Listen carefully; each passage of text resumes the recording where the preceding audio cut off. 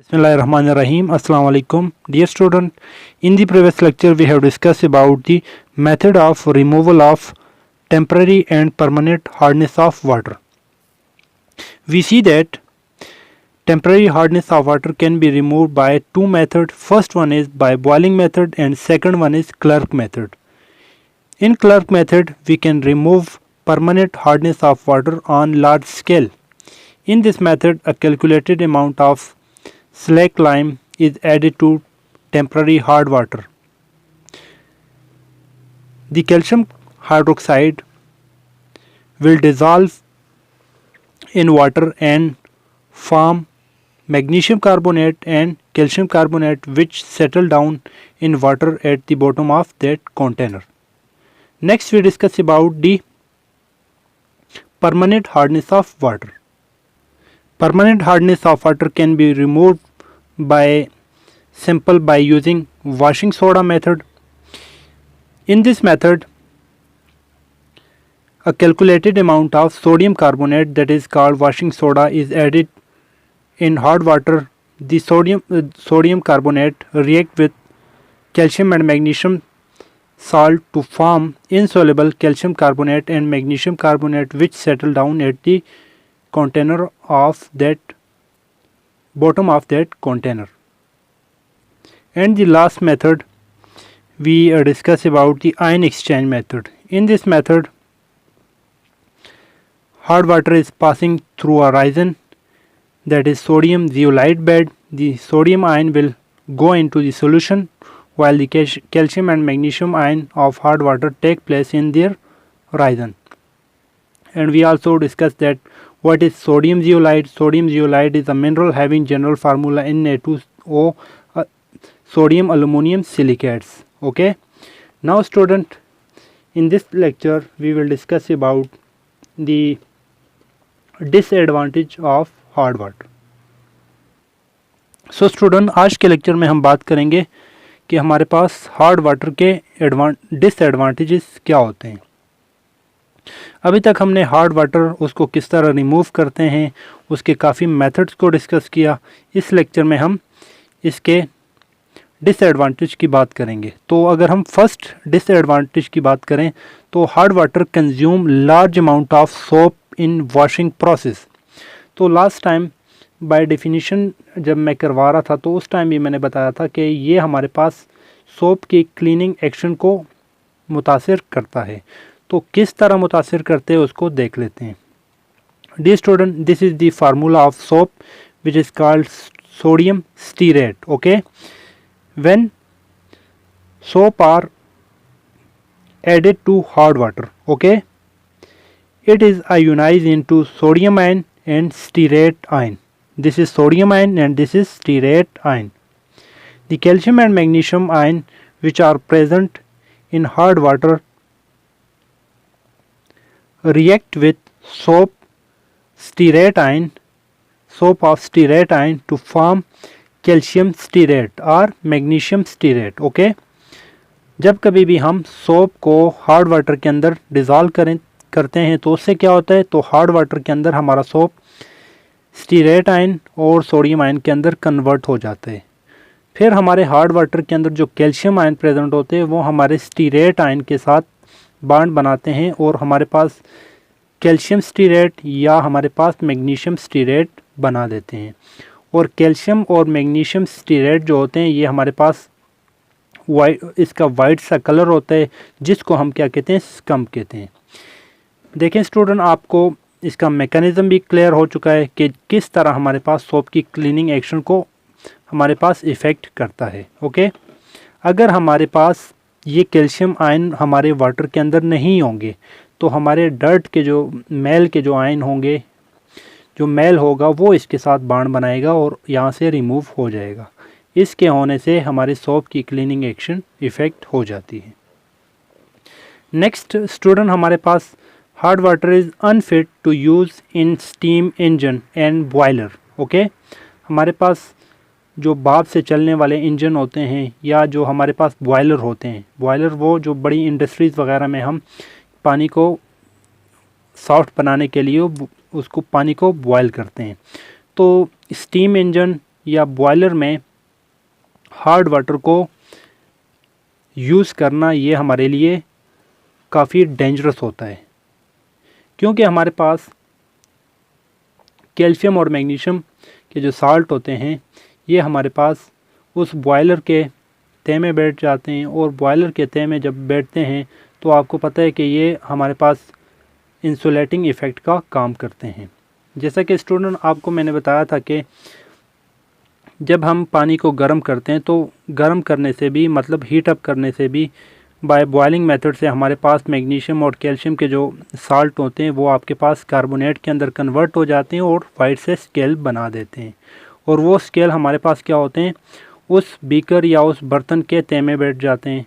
ठीक है, तो अगर हम हार्ड वाटर को बॉयलर के अंदर यूज़ करेंगे तो होगा क्या, जो हमारे पास हीट करने से मैग्नीशियम और कैल्शियम के जो साल्ट होंगे वो कैल्शियम कार्बोनेट वगैरह बना लेंगे, जो हमारे बर्तन के तह में बैठ जाएंगे, स्केल से बना लेंगे, और होगा क्या, हमारे बर्तन को इंसुलेटिंग इफ़ेक्ट प्रोवाइड करेंगे, और एज ए रिज़ल्ट हमारे पास क्या होगा कि उस बर्तन में पानी को बॉयल करने के लिए हमें बहुत ज़्यादा फ्यूल रिक्वायर्ड होगा। ओके, क्योंकि इनिशियली हमें तो जस्ट बर्तन को गर्म करना होता है, इस टाइम हमने पहले बर्तन को गर्म करना है, आफ्टर दैट उस स्केल से हीट पास होगी, आफ्टर दैट हमारे पानी पर हीट पहुंचेगी, तब हमारा पानी बॉयल करेगा।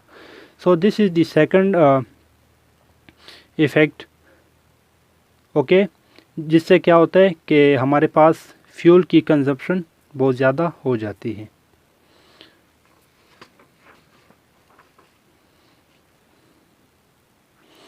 स्टूडेंट, अगर हम इन्हीं स्केल को रिमूव ना करें, फॉर एग्ज़ाम्पल जिस बॉयलर के अंदर हम पानी को बॉयल कर रहे हैं तो उसके अंदर स्केल बन रहे हैं, वाइट से कैल्शियम कार्बोनेट के स्केल बन रहे हैं, अगर हम इन स्केल को रिमूव नहीं करेंगे तो होगा क्या, वही स्केल हमारे पास इंजन के जो ट्यूब्स वगैरह होंगे जो इंजन की तरफ जाते हैं, उन ट्यूब्स वगैरह को भी ब्लॉक कर सकते हैं, तो वो ब्लॉक हो जाएंगी तो हमारा इंजन वर्क नहीं करेगा। ओके, इसके अलावा threat of expansion of boiler, हमारे पास अक्सर ये हो जाता है कि जो बॉयलर जिसके अंदर हम पानी को गर्म कर रहे हैं उसके फटने के चांसेस भी ज़्यादा हो जाते हैं, क्योंकि लेट्स सपोज हमारे पास जिस अमाउंट से हमने हीट देनी होती है उसे हम ज़्यादा दे जाते हैं जिससे क्या होता है कि हमारे बॉयलर के फटने के चांसेस में इजाफा हो जाता है। नेक्स्ट हमारे पास deposition of scale inside the boiler causes overheating and reduce the lifespan of boiler. जो हमारे पास स्टूडेंट कैल्शियम कार्बोनेट के स्केल जो हैं वो हमारे पास उस बॉयलर के तह में जमा होंगे, तो होगा क्या, उस बर्तन को हमें ज़्यादा ओवर हीट करना पड़ेगा, ज़्यादा हीट देनी पड़ेगी ताकि उसके अंदर पानी बॉयल हो सके। ज़्यादा हीट देने से क्या होगा कि हमारे पास उस बर्तन का जो लाइफ स्पैन है वो कम हो जाएगा। Okay, this is the next effect. Next is use of hard water for drinking for long time causes dysentery, intestinal and stomach disease. अगर हम हार्ड वाटर को अपने ड्रिंकिंग के लिए एक लंबे अरसे तक अगर हम हार्ड वाटर को एज अ ड्रिंकिंग पर्पस के लिए यूज़ करें तो इससे हमारे पास डायसेंट्री, इंटेस्टाइनल या स्टमक डिजीज़ काज हो सकती हैं। ओके, ये देखा गया स्टूडेंट कि अगर हम ऐसे हार्ड वाटर को पिएं जिसके अंदर मैग्नीशियम सल्फेट प्रेजेंट होता है, तो मैग्नीशियम सल्फेट को अगर हम एक लंबे अरसे तक पानी में यूज़ करें तो होता क्या है कि हमारे पास स्टमक का जो नॉर्मल फंक्शन होता है वो डिस्टर्ब हो जाता है और स्टमक का फंक्शन उस तरह नहीं करता जैसे पहले उसको करना चाहिए। So this is the effect of hard water. Okay, ये 3-4 हमारे पास हार्ड वाटर के इफ़ेक्ट्स हैं। पहला इफ़ेक्ट मैंने आपको ये बताया कि हमारे पास सोप की क्लीनिंग एक्शन ज़ाया हो जाती है। सेकंड मैंने आपको ये बताया कि स्टीम और इंजन वाले स्टीम और बॉयलर वगैरह के जिसके अंदर हम पानी बॉयल करते हैं उसकी लाइफ स्पैन रिड्यूस हो जाती है। सेकंड, एक्सप्लोजन के चांसेस ज़्यादा हो सकते हैं। इसके अलावा एक पॉइंट ये बताया था कि आपको फ्यूल की कंजम्पशन आपके पास बहुत ज़्यादा यूज़ होगी। ओके, तो स्टूडेंट उसके अलावा कौन सा वाटर हमारे पास सॉफ्ट होता है, कौन सा हार्ड होगा, उसको मेजर करने के लिए आपकी बुक में भी ये गिवन है कि अगर हमारे पास वाटर के अंदर 0 to 60 मिलीग्राम पर डेसीमीटर क्यूब कैल्शियम कार्बोनेट या मैग्नीशियम कार्बोनेट के आयन प्रेजेंट है तो उसको हम सॉफ्ट बोलेंगे। अगर इनकी अमाउंट 61 to 120 है तो मॉडरेटली हार्ड बोलेंगे। अगर उसकी अमाउंट 21 to 180 मिलीग्राम पर डेसीमीटर क्यूब है तो उसको हम हार्ड बोलेंगे। ओके, तो ये आपको थोड़ा बहुत पता होना चाहिए। ओके, इसी के साथ स्टूडेंट हमारा ये यूनिट भी ख़त्म हो जाते हैं। चलिए हम MCQs वगैरह को देखते हैं। डी स्टूडेंट, MCQs को डिस्कस करते हैं। हमारे पास फर्स्ट MCQs हैं इस एक्सरसाइज का।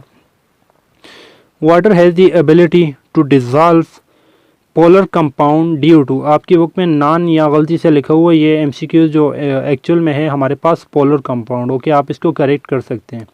Water has the ability to dissolve polar compound due to, आपको पता है कि वाटर के अंदर polar, non polar polar and ionic compound dissolve होते हैं। और पोलर कंपाउंड क्यों डिज़ोल्व होते हैं आपको रीज़न बताई गई थी कि polar compound are dissolve due to hydrogen bonding. Okay, मैंने आपको वाटर के अंदर कंपाउंड 3 रीज़न की बेस पे डिज़ोल्व होते हैं। फर्स्ट वन मैंने आपको बताई थी कि वाटर आपके पास पोलर कंपाउंड है, सेकंड हाइड्रोजन बॉन्डिंग की वजह से, थर्ड हाई डाइलेक्ट्रिक कांस्टेंट की वजह से। तो यहाँ पर हमारे पास polar compound are dissolve due to hydrogen bonding. Second, all salt causes the water become hard except, ये यहाँ पर जो 4 ऑप्शन आपको गिवन है इनमें से सारे साल्ट लेट्स सपोज आपके पास हार्डनेस काज करते हैं, जो नहीं करते उसको आपने करेक्ट मानना है। तो कैल्शियम क्लोराइड के बारे में हमने डिस्कस किया कि ये हमारे पास परमानेंट हार्डनेस काज करते हैं। कैल्शियम बाइकार्बोनेट ये टेम्पररी हार्डनेस काज करते हैं। मैग्नीशियम सल्फेट ये भी करते हैं हमारे पास परमानेंट हार्डनेस। सोडियम क्लोराइड नहीं, सोडियम क्लोराइड के बारे में हमने नहीं डिस्कस किया। So it's mean that sodium chloride does not make water hard, this is the correct option. Third, the salt which causes temporary hardness in water is, मैंने आपको 4 किस्म के साल्ट बताए हैं कि कौन कौन से टेम्पररी हार्डनेस काज करते हैं, कौन कौन से परमानेंट। तो मैं एक बार फिर रिवाइज करवा देता हूँ। टेम्पररी हार्डनेस हमारे पास कैल्शियम बाइकार्बोनेट या मैग्नीशियम बाइकार्बोनेट। ओके, तो यहाँ पे आपके पास टेम्पररी का पूछा हुआ है तो बाइकार्बोनेट का कोई भी साल्ट देख लें, बाइकार्बोनेट है। Magnesium sulphate, magnesium chloride, calcium chloride नहीं, कैल्शियम बाइकार्बोनेट। सो बाइकार्बोनेट वाले जितने भी साल्ट हैं वो आपके पास टेम्पररी हार्डनेस को काज करते हैं। So this one is correct option. Chlorine act as a bleaching agent in the presence of, ये लास्ट टाइम मैंने आपको बताया था कि how chlorine act as a bleaching agent. So chlorine act as a bleaching agent in the presence of water. Okay, when chlorine react with water they form hypochloric acid and hydrochloric acid, ये last time मैंने बताया था। तो correct option is water. Next, permanent hardness of water is remove by adding, permanent hardness can be removed by 2 methods. First one is ion exchange method, in which we pass our hard water through sodium zeolite bed, and the second method is by washing soda. Here washing soda is given, it's mean that this option is correct. All soda lime, caustic soda, baking soda, ये कोई method हमने नहीं पढ़ा, ये वाला method हमने पढ़ा है, तो this one is correct option. Okay, the density of water is maximum at, तो वाटर की डेंसिटी आपको शुरू में मैंने बताई थी कि water has the maximum density at 4 degree centigrade, this is correct option. Next MCQs number 8, 9 और 6 को भी मैंने डिस्कस नहीं किया, ये आपके स्मार्ट सिलेबस के अंदर नहीं है। 6, 8, 9 okay. And last MCQs, water gas is a mixture of carbon monoxide and hydrogen gas. Okay, last time आपको बताया था कि जब भी हम वाटर को स्टीम कार्बन के साथ रिएक्ट करते हैं तो हमारे पास कार्बन मोनोऑक्साइड और हाइड्रोजन गैस की फॉर्मेशन होती है, जिसको हम क्या कहते हैं, वाटर गैस। नेक्स्ट स्टूडेंट, हम शॉर्ट क्वेश्चन को डिस्कस करते हैं। शॉर्ट कौन कौन से क्वेश्चन हमारे सिलेबस के अंदर प्रेजेंट हैं और कौन कौन से डिस्कस करने हैं। नेक्स्ट स्टूडेंट हमारे पास शॉर्ट क्वेश्चन आ जाते हैं। शॉर्ट क्वेश्चन नंबर 1 हमारे स्मार्ट सिलेबस के अंदर है, तो इसको डिस्कस करते हैं। Identify the factor which are responsible for dissolving polar substance into water. Students question ये पूछा गया कि वो कौन कौन से फैक्टर हैं जिसकी वजह से पोलर सब्सटेंस वाटर के अंदर डिज़ॉल्व होते हैं। तो हमने 3 फैक्टर पढ़े थे। अगर आपको याद हो कि हमारे पास वाटर के अंदर चीज़ें डिज़ॉल्व होती हैं because of 3 reason. First one is polarity of water molecule, second one is hydrogen bonding and high dielectric constant value. Okay, तो हमारे पास polar compound are dissolve in water because of hydrogen bonding. Okay, this is the correct option. तो आप ये कह सकते हैं reason आपके क्वेश्चन का आंसर जस्ट 1 लाइन हो सकते हैं कि हाइड्रोजन बॉन्डिंग की वजह से हमारे पास पोलर सब्सटेंस वाटर के अंदर डिज़ॉल्व होते हैं। Okay, now next question number 2। Question number 2 हमारे पास ये है कि how chemistry help to maintain clean swimming pool. Chemistry किस तरह हमारे स्विमिंग पूल को क्लीन स्विमिंग पूल को हमारे लिए एक मेंटेन रखती है। तो इसका जो आंसर हमने देना है ये अकॉर्डिंग टू अगर हम केमिस्ट्री में दें तो स्टूडेंट हमने लास्ट टाइम भी डिस्कस किया था रिएक्शन ऑफ वाटर में।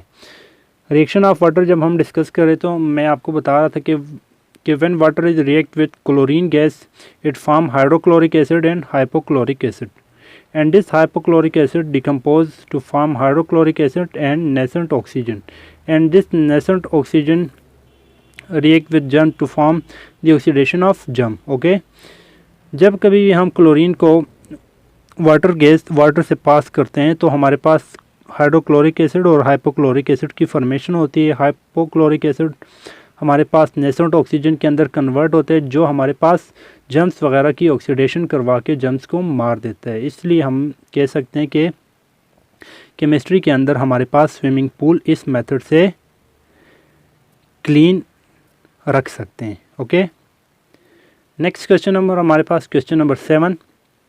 क्वेश्चन नंबर 3, 4, 5, 6 ये हमारे पास नहीं है। Question number 7, make a distinction between soft and hard water. Soft and hard water के अंदर क्या डिफ्रेंशिएट है, सो इस पर मैंने एक और लेक्चर आपको बनाया था, तो आप वहाँ से इसकी डिफिनीशन दोबारा देख सकते हैं। Soft water are those water which form easily lather with soap and do not waste our soap is called soft water, while the hard water are those which does not form leather easily with soap and the cleaning affection of soap is affected by hard water. Next is question number 8. Why water is a universal solvent? Water is a universal solvent. It has the ability to dissolve a lot of a compound than any other solvent. Water हमारे पास universal solvent इसलिए है क्योंकि water के अलावा हमारे पास दुनिया के अंदर कोई ऐसा solvent नहीं है जो इतने सब्सटेंस को अपने अंदर डिज़ोल्व कर सकें। Second reason, water can dissolve inorganic as well as some of organic compound, so that's why it is called a universal solvent. बाकी जितने भी हमारे पास सॉल्वेंट है उसके अंदर इतनी चीज़ें डिज़ोल्व नहीं होती जितना वाटर के अंदर होती हैं, इसलिए हमने इसको यूनिवर्सल सॉल्वेंट कहा है।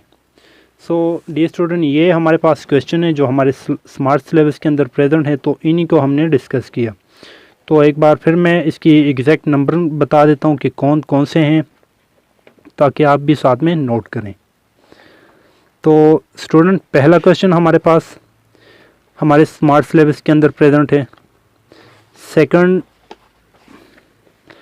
यहाँ पे मैंने नंबरिंग सेकंड की दी है, ये क्वेश्चन नंबर सेकंड नहीं है बल्कि ये question number 6। Okay, this is question number 6। Question number 1, question number 6, question number 7, question number 8। ये 3 short question 1, 2, 3, 4 these 4 short question are included in your smart syllabus. So dear student, इसके साथ हमारा ये unit भी एंड हो जाता है। इंशाल्लाह हम नेक्स्ट यूनिट नेक्स्ट लेक्चर के अंदर डिस्कस करेंगे। सो डियर स्टूडेंट, एक बार फिर हम मेन पॉइंट्स इस यूनिट के डिस्कस करेंगे। तो आज के इस ऑल लेक्चर के अंदर हमने फर्स्ट ऑफ ऑल डिस्कस किया physical properties of water. Physical properties of water में हमने वाटर के फ़िज़िकल अपीयरेंस की बात की, इसकी डेंसिटी की बात की, इसकी हीट कैपेसिटी की बात की थी। Water has high heat capacity as compare to other solvent. It can exist in 3 physical state like solid, liquid and gas. Beside this, we also discuss about the chemical properties of water.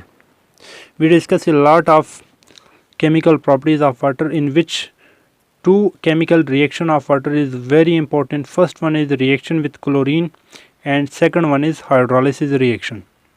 Okay, and third important main point of this unit is water as a universal solvent. Water acts as a universal solvent because it can dissolve a lot of substance into it. And why water is a universal solvent? It is because of 3 important reasons. First one is high dielectric constant value of polarity of water molecules, and third one is hydrogen bonding with itself and other compound. And we also discuss about soft and hard water and the method of removing hardness of water. There are basically 2 type of hard water. First one is temporary hard water, and second one is permanent hard water. Temporary hard water are those hard water which are due to salt of calcium bicarbonate and magnesium bicarbonate, while the permanent hardness of water is due to sulfate and chloride of magnesium and calcium. We also discuss about the method of removing of hardness of water. Hardness of water can be removed by simple boiling method and Clerk method, while permanent hardness of water can be removed by ion exchange method and by using washing soda method. And the last, in this previous lecture we discussed about disadvantage of hard water. There are few disadvantages of hard water, like cleaning action of soap is affected. Hard water is unfit to use in steam engine and boiler. When hard water is used in boiler, calcium and magnesium salt settle down at the bottom as hard insulating scale. As a result, more fuel is consumed in producing steam. Second, use of harder water for drinking purposes for a long time causes dysentery, intestinal and stomach diseases. And if magnesium sulfate is present in the hard water, it weakens the stomach function. These are some of the disadvantages hard water. Now student, आपका homework ये है कि आपने whole lecture को अपने worksheet के ऊपर लिखना है. आपने ये वाले मेन पॉइंट्स नहीं लिखने जो मैंने यहाँ पे एंड पे शो किए हुए हैं या सम अप में जो शो किए हैं, बल्कि जो लेक्चर आज मैंने दिया hard water disadvantages of hard water, उसको आपने वर्कशीट के ऊपर लिखना है. और एक्सरसाइज के हमारे पास एमसीक्यूज़ जो आ जाते हैं, एमसीक्यूज़ नहीं बल्कि शॉर्ट क्वेश्चन आ जाते हैं, 4 शॉर्ट क्वेश्चन, उनको भी आपने शॉर्ट क्वेश्चन को आपने अपने नोट से लिखना है. और बाकी ऑल लेक्चर को यहाँ अपने लेक्चर से ही देख के लिखना है. सो थैंक्स, अल्लाह हाफिज़.